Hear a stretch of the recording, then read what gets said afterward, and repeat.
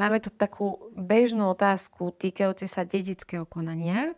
Existuje teda, alebo keď nastane dedické konanie, vie realitná kancelária doložiť určitý znalecký posudok v odzvukách alebo odhad nehnuteľnosti od nás ako z realitnej kancelárie, alebo si k dedickému konaniu potrebuje klient dohodnúť znalca súdneho spočiatku? Netreba. K dedickému konaniu stačí vyjadrenie realitnej kancelárie o výške ceny, momentálne reálnej predajnej ceny.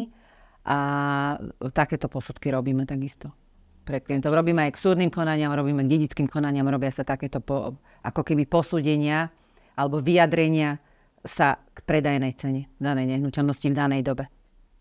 Takže je dedické konanie, prizvú nás teda ľudia, ktorí žiadajú o tento posudok, odhad ceny.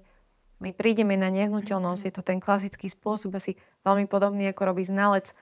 Robí sa to porovnávacou metódou? Že teda ako realitka? Nemáme na to nejaký oficiálny manuál, ale vychádzame takisto ako keď nastavujeme predajnú cenu. Presne tak. Prídeme na nehnuteľnosť, spravíme si fotodokumentáciu, zistíme technický stav, zistíme výmery pozemkov, z čoho je dom postavený. Presne takisto ako keď nastavujeme predajnú cenu.